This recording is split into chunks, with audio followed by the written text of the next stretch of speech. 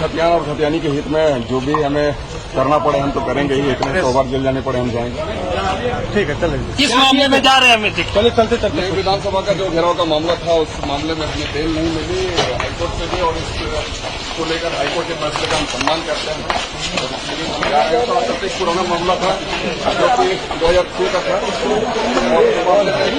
और ये समझी साजिश है जिसके तहत हमें निशाना बनाया गया। कानूनी व्यवस्थाएं हैं, जो भी एजेंसियां हैं, उन्हें कहीं ना कहीं स्वतंत्र रहना चाहिए, स्वतंत्र दिखना चाहिए, स्वतंत्र कार्य करना चाहिए। लेकिन आज दुर्भाग्य का विषय है वो तमाम कानूनी एजेंसियां, कानूनी प्रक्रियाएं सत्ता के अधीन होकर रह गई। जिस क्रम में सुनने को आया है कि अमित दादा जो लगातार सत्ता दल, भले वे विधायक नहीं थे लेकिन तो सत्ता दल में थे, जाहिर सी बात है सत्ता दल के साथ रहकर बहुत कुछ कर सकते थे, बहुत कुछ अर्जन कर सकते थे। लेकिन उन्होंने झारखंडियत को चुना और विगत 1.5 साल पूर्व उन्होंने अपने दल से इस्तीफा भी दिया। उसके लिए हम लोगों ने उन्हें स्वागत करते हुए उनका इस्तकबाल किया था और उनका वेलकम, अभिनंदन किया था। तो जैसा कि अभी सुनने में आया है और चर्चाएं मिली हैं कि वे अपने आप को शायद सरेंडर करने जा रहे हैं। तो इस परिस्थिति में हम लोग यही कहना चाहेंगे कि हम लोग अमित दा के साथ हैं और निश्चय ही माटी की लड़ाई के लिए उन्होंने जो परित्याग किया है, आज विगत कई दिनों से लगातार 21 किलोमीटर की दौड़ लगा रहे हैं इस तपीस में, इस गर्मी में, तो कहीं ना कहीं एक समर्पित भाव उनका, और उनके साथ उनके कुछ सहयोगी हैं, उनके कुछ साथी हैं, अन्य आंदोलनकारी साथी भी हैं जिनको भी धारा 353 के तहत अरेस्टिंग करने का विषय सामने आया है। तो ये काफ़ी दुख का विषय है, काफ़ी खेद का विषय है। यही माननीय मुख्यमंत्री कुछ दिन पूर्व ईडी के शिकंजों में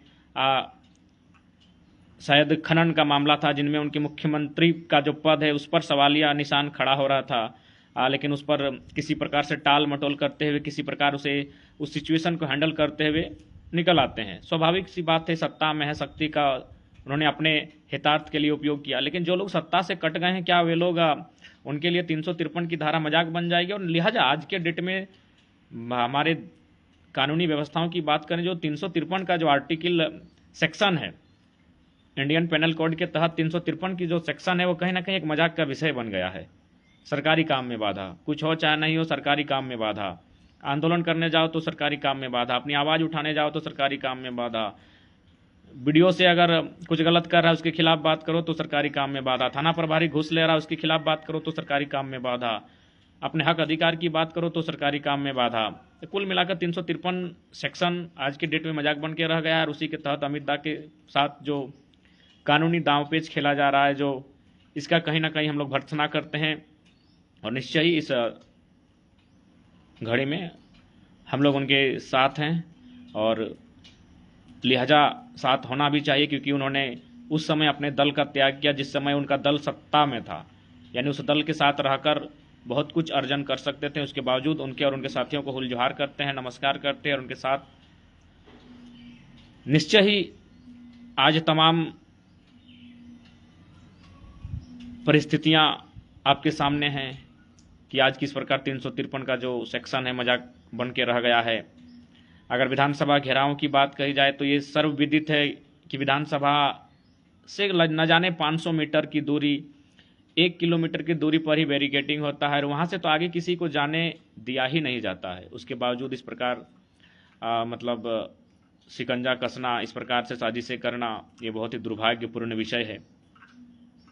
छात्रों ने भी, जो जेएसएसयू का आंदोलन हुआ तो उस समय जो काफ़ी धाराएं लगाई गई, सर्वविदित है और सबने देखा कि आंसू गैस प्रशासन की ओर से छोड़ा गया, रबड़ गोलियां प्रशासन की ओर से छोड़ा गया, लाठीचार्ज प्रशासन की ओर से किया गया और फाइनली फर्जी केस छात्रों पर लाद दिया जाता है। तो कहीं ना कहीं एक आवाज़ को दबाने के लिए, और सिंपल सा बात है, यदि आपको लगता है कि आंदोलन करने से राज्य की विधि व्यवस्था माने चरमरा जा रही है या फिर उसमें बाधा उत्पन्न हो रही है, तो चाहे जो भी आंदोलनकारी रहे, अमित दा रहें, देवेंद्र बाबू रहें, मनोज जी रहें, जो भी रहें, उनसे आप टेबल टॉक कीजिए, उन्हें बुलाइए, उनका प्रतिनिधिमंडल बुलाइए। तो ठीक उसी प्रकार से अमित दा रहें या फिर जो भी आंदोलनकारी रहें, मुख्यमंत्री जी को अपना हृदय बड़ा करते हुए उन्हें बुलाना चाहिए। और इससे भी अमित दा उनके दल से थे, उनके दल में काफ़ी दिन रहे हैं, तो इसलिए उनको टेबल टॉक के लिए बुलाते हैं, उनसे बैठ कर बात करते हैं। लेकिन कहीं ना कहीं ये अन्यायपूर्ण विषय है। और ये केवल अमिता ही नहीं, आने वाले दिन जो भी लोग अपने अधिकार की बात करेंगे, जो भी लोग अपने लड़ाई को लड़ने जाएंगे, निश्चय ही उन्हें दबाने के लिए 353 सेक्शन कारगर साबित होता है। और हम लोग भी डरे से हमें लोग डर कर पीछे हट जाते हैं, लेकिन अब हम यही कहेंगे 353 कानूनी दांवपेच, जिनको जो करना है करे, उन्हें रस्सियां तैयार रखें, हम लोग गर्दन लिए तैयार हैं, उन्हें तलवार लिए तैयार रहें, हम लोग शीश लेकर तैयार हैं, शीश कटेंगे, इन पर फांसियां चढ़ेंगे, लेकिन जो आंदोलन की आगाज किलकारी खिली है वो पीछे नहीं हटेगी।